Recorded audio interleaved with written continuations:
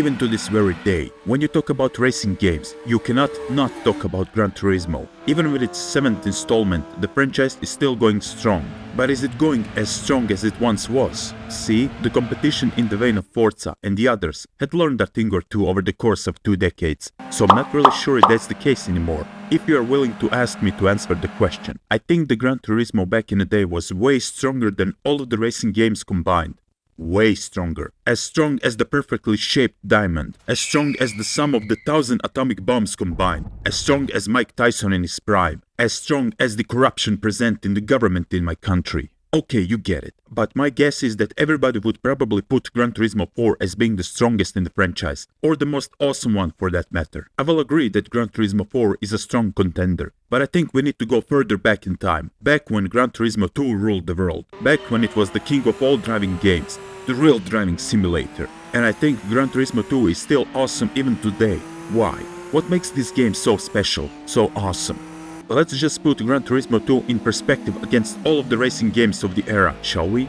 In the year 2000, you would have the games like, I don't know, Need for Speed 4 High Stakes, Ridge Racer Type 4, Colin McRae 2.0, or F1 2000. Don't get me wrong, these are all great racing games, but they're not as nearly as great as Gran Turismo 2 was when it comes to just about anything. Okay, I will give some props to Colin McRae for having a great damage model, but that's it. Gran Turismo 1 paved the way with the things like having 140 licensed cars, which is a lot.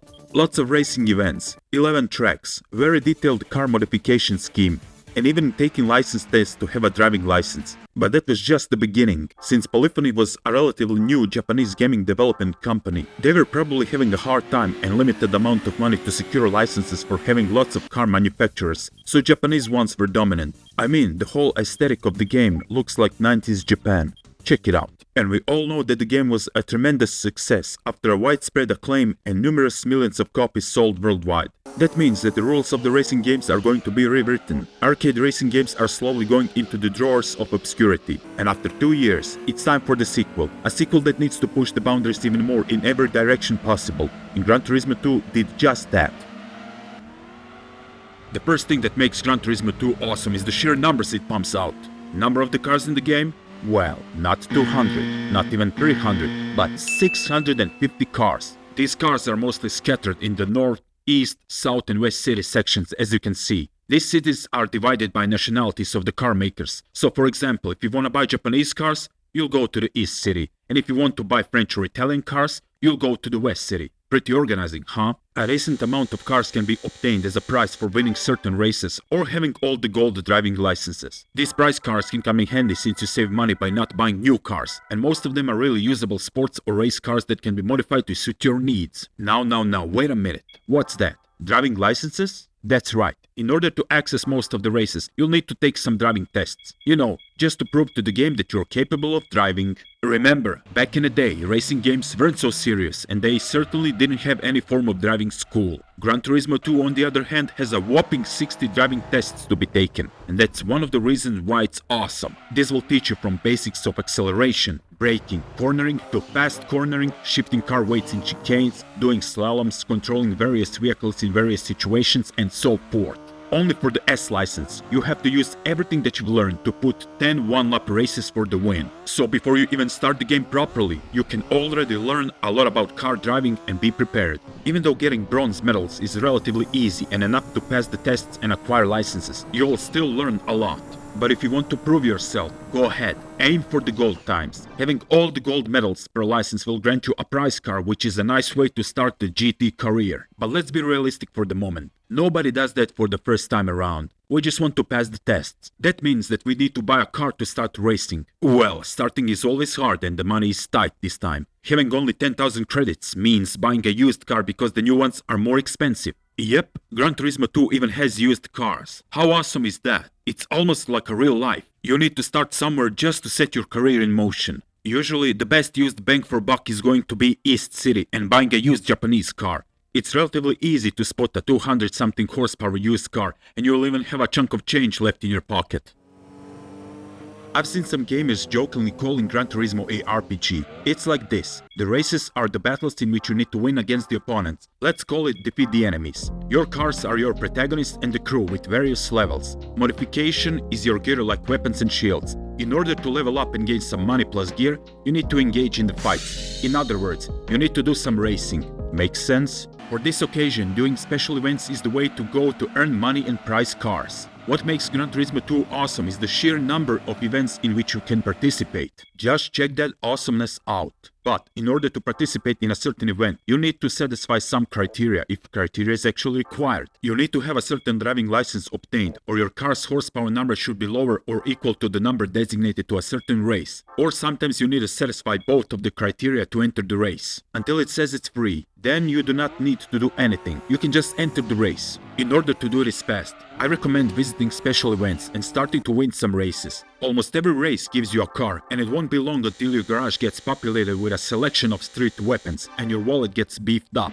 However, if you want to do it really fast, here is the way. Buy a used car like Skyline for 8,000 something credits that has 212 horsepower. And if you're lucky, it's enough to win this 3-lap Tahiri Road race in the 80 Sports Car Cup race. If you cannot do it, do some other races and modify your car to have more horsepower until you're able to win that event. Now you'll get this ridiculously awesome looking Skyline Silhouette Formula DR30 car with more than 500 horsepower. Just check it out. It looks like a race version of the Bosazoku movement that sometimes plagues the Japanese car culture scene. What do you think of that? Anyways, using that car and winning a 3-lap race in a midfield raceway in the Grand Touring Car Trophy event will grant you a Unicia Jack Skyline, a race version of the R33 GTR with whopping 702 horsepower. Now you have the beast of a car that is properly fast and handles really well. Next stop is the Gran Turismo All-Stars and the Red Rock Valley Speedway 5-lap race. Every time you win, you get 50,000 credits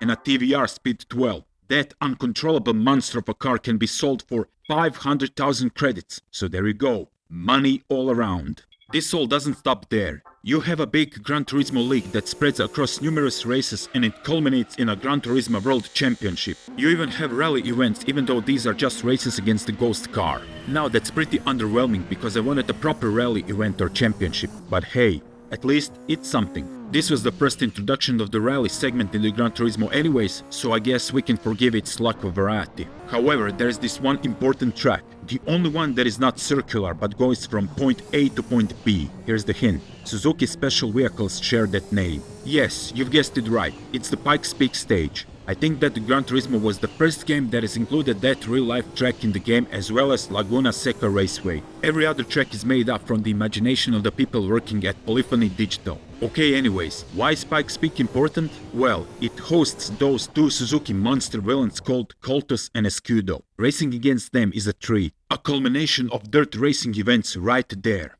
Every track except that infamous special stage Route 11 makes a return in Gran Turismo 2, which is awesome. And then you have tracks like Rome, Seattle, Laguna Seca, Super Speedway, Midfield Raceway, Apricot Hill and so on.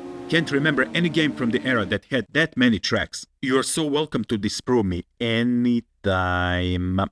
What makes Gran Turismo 2 awesome again is the expanded inclusion of endurance races. For those who want to do big laps as seen here, they can do so and they'll earn a lot of money plus awesome cars. But let's be real, it's just easier to sell another poor Speed 12 than to do 60 something laps again to get that much cash. So goodbye poor Speed 12. Oh yeah, by the way, you will notice that the tire status is on HUD. Blue means cold fresh new tires and it changes color from green to yellow and to orange and red. This indicates the overall grip of the tires. The warmer the color is, the grip worsens until the car becomes literally undrivable with bold tires. Frequent pit stop trips will give you the new tires, sure, but there's just more than that. And that is the topic for the next section. What do I actually mean by there's more than that? Well, you can buy different types of tires, from hard to super soft ones. Harder tires can withstand more laps than softer ones, but will have less grip. This is all part of the big part of the game that makes it awesome. Every single car you own is susceptible to modification and Gran Turismo 2 offers a lot of parts to be upgraded. Wanna upgrade your exhaust and thus make a better car sound? You can. Wanna balance your engine, remap ECU or clean the ports? You can do that. Wanna stiffen the suspension? Go ahead. Wanna plant bigger turbos or intercoolers? Go ahead and bolt them on. This all will gather you many new horses under the hood. However, natural aspirated cars cannot have turbos, which is a shame. So no, you cannot plant the snail onto your Honda S2000 and make many noises until VTEC kicks in, yo. However, it doesn't stop there. You can fiddle with the transmission box, flywheel, clutch and even LSD. You can also remove extra unnecessary weight by performing a weight reduction, which is a necessary step to be able to do racing modification. It's expensive as hell, but it turns your normal street car into a racing machine. However, not all cars have this option. The only downside is there is no ability to rise up your car by planting so many ugly body kits onto it. Or maybe it's for the best. This is not Need for Speed Underground.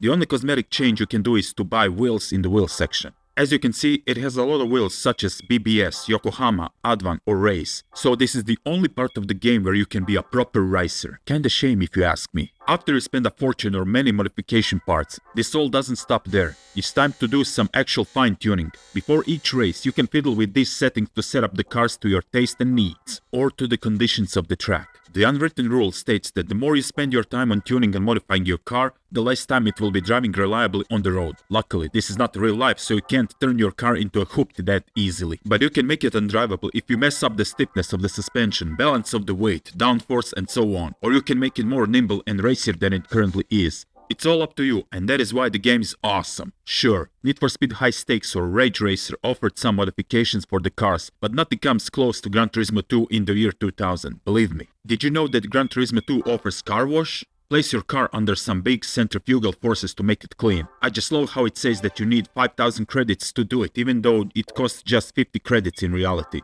I'm not sure what's the benefit of cleaning your car, but I've heard some stories of washed cars having like 3 to 5% better aerodynamics than filthy ones. Is it true? Don't really know. But yes, if you are into a quick digital detailing of a car, there you go, spin it. Like I said earlier, this game has around 650 cars, which is a huge number. There is not a single car-related game that has that many cars to choose from. Not even Gran Turismo 3 had that many cars. Not even many racing games for the years to come until Gran Turismo 4 arrived at the scene. However, I think we could say that the number is even bigger than that, if you count racing modification of street cars to be separate cars. After all, by doing racing modification, you are making the car radically different from the road version of the same car. And that's also an irreversible decision. Once you get that little R in front of the car name, you know it's riddled with scaffolding. Believe me, you will wander around these cities a lot, searching for your perfect used beater if you're poor, or shiny new car if you have earned some extra cash by winning some races. Or you will admire these special cars and fantasize about buying them. It's surprisingly easy wasting something like half an hour looking at these cars like Pennzoil Nismo GTR, Dodge Viper Team Oreca, Escudo Pikes Peak version, Alfa Romeo 155 touring car, Venturi Atlantique 600 GT, Renault Espace F1? Oh yes, that's completely right. They've even put this ridiculous F1 engine people carry in the game. Check this out. Crazy, huh?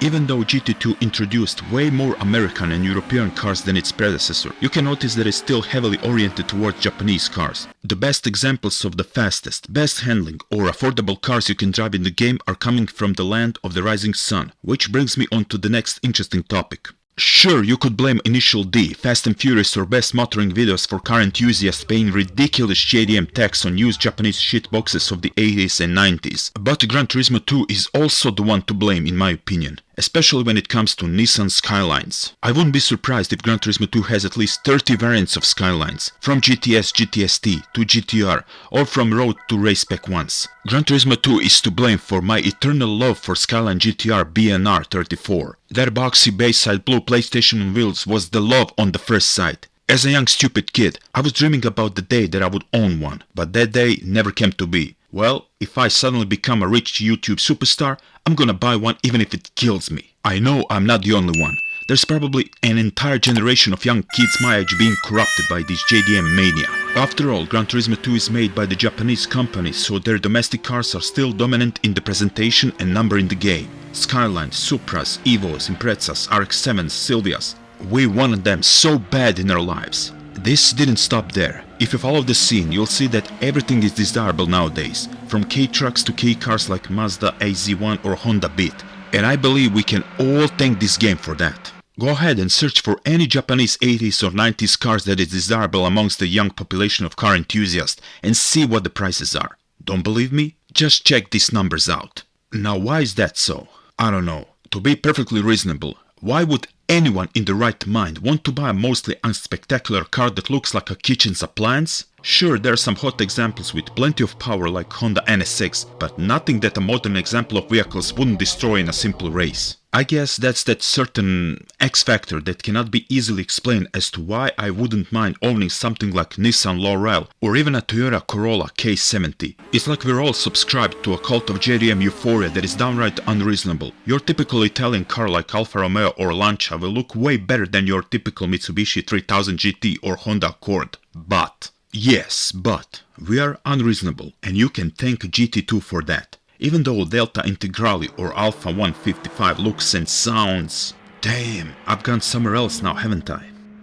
If you have immediately started with the simulation disc, you might have wondered, where's the intro FMV or something? Well, turns out it's here on the arcade disc. A myriad of car racing video clips rendered in high resolution while in the background you can hear the Cardigans, my favorite game, is a nice touch. Indeed, it's going to be everybody's favorite game. To be honest, this entire disc is just one big remnant of the decade where arcade games were popular. Since Gran Turismo is all about realism, this arcade stuff is just to please the declining population of enthusiasts. Since the simulation disc offers much more content, this arcade stuff might be redundant. But while we are here, let's give it a spin. So, what do we have here? We have single player mode, 2-player battle, bonus items and load guest garage.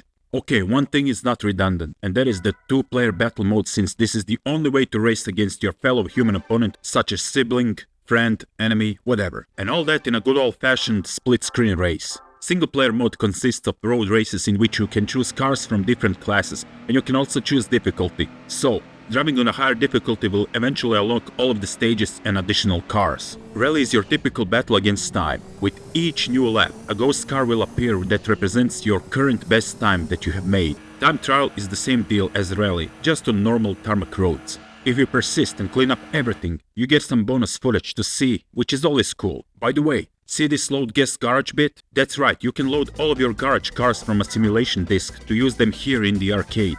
And if they're equipped with the dirt tires, you can use them for rallying. Sweet. Do you know what else you can enable in the arcade mode? Car damage? Yep, you can actually damage your car, albeit in a mechanical way only. If you expect to destroy body parts, tires or break glass, well, your expectations are a bit substantial. Hit the wall once or twice and you will notice car having trouble keeping the straight line, so you'll need to constantly steer it in the another direction. However, I think it's not possible to destroy the clutch, transmission or even engine. I suppose that would be too much to program, so even this is alright in my book. For total annihilations of the car, there is Colin McRae Rally 2.0, but that's the story for another time. You cannot have a proper race without some good soundtrack to make you drive fast as hell. What makes Gran Turismo 2 awesome in this department? Well, at least in the NA version, is the inclusion of great artists such as Garbage, Stone Temple Pilots, The Crystal Method, Apollo 440, Rob Zombie and the others. As soon as you hit the road and the songs like a Dragula, I Think I'm Paranoid or Sex Type Thing come to play, you know you're going to win. However, it's too bad that the music is on repeat and you cannot set it otherwise. It's fine when you do 2 or 3 lap races, but driving endurance races with only one song on the repeat is just insufferable. Don't believe me? Go ahead and play 2 hours of Rome City full course. What's that? Your ears are bleeding? Oh well. This soundtrack is such a nice nostalgia trip to the times when PlayStation 1 ruled the world. Electronic music was big. Matrix was the hit. Phones were still dumb and monochromatic. There was no social media and life was somewhat simpler. Just thinking about this takes me back. But we need to carry on. To contrast the soundtrack, there's menu music that sounds like a fine piece of the jazz, acid genre if you ask me. I've seen some people commenting that they use it as a background music when they go to online car markets to search for a car. How cool is that? All the other pieces of menu music are a blend of 90s Eurobeat/electronica, which was typical for Japanese racing games of the era. Take a listen to Gran Turismo 1 menu music and you will gather that this is just a logical continuation of the themes. I would love to let some of the music be as a background music right here in this video, but you know the drill. YouTube gods won't let me do it without copyright infringement, so I'll refrain from doing that. You'll just have to take my word for it, even though all of you already know everything. If you ask me, the last thing that makes this game awesome is the sheer amount of the information that this game offers. The attention to detail when it comes to information for just about every car is insane.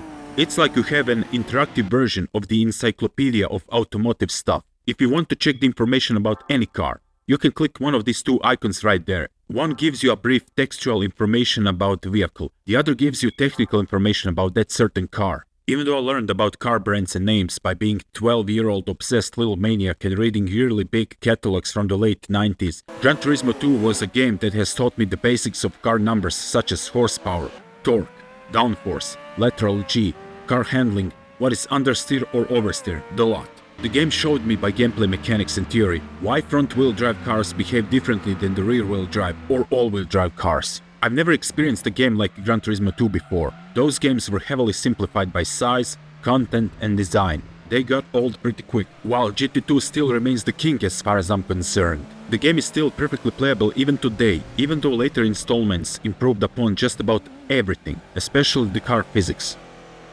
Okay, I've lied. There's still one more thing that makes this game awesome, and that's the mod scene. Well, if you could call it that. In this day and age, there are mods for Gran Turismo 2 in the form of correcting some of the bugs that the original game has, correcting some of the car's decals, car's horsepower, and modders even added some of the additional cars. I'm sure you can see that some of these cars are added additionally and they're not in the original game. As far as I know, they'll keep adding new cars, maybe even some of the maps. Who knows? Imagine they put Nürburgring in Gran Turismo 2? That would be insane. This mod is called A-Spec mod, and as of this moment it's in the version 1.1. The only way for this to work is by patching the original game. There's an entire Discord community dedicated to it, so I'll provide the instructions in the descriptions on how to do it. One more thing, I've seen a number of you asking me how I managed the game to look like this. Well, for starters, this is only possible via emulation. DuckStation is a must. In order to make the emulation as mine, here are the screenshots with the checkboxes and values that I've set for the game to work like in the video. Of course, the more powerful your PC is, the better the emulation will be. But also, you need to enable some Gameshark cheats in the cheat section such as widescreen hack, 60 FPS mode and so on. Here, let me put it all on the screen so you can pause it and try it for yourself. But be advised, some of the cheats can actually crash the game. So, there you have it. I think I've pretty much covered it all. What do you think about Gran Turismo 2? Do you think it's awesome? Well, if you do, please type the comments on why is that so. If not, comment why not. Anyways, this wraps up the video. I hope you like it. Until next time, kanpai!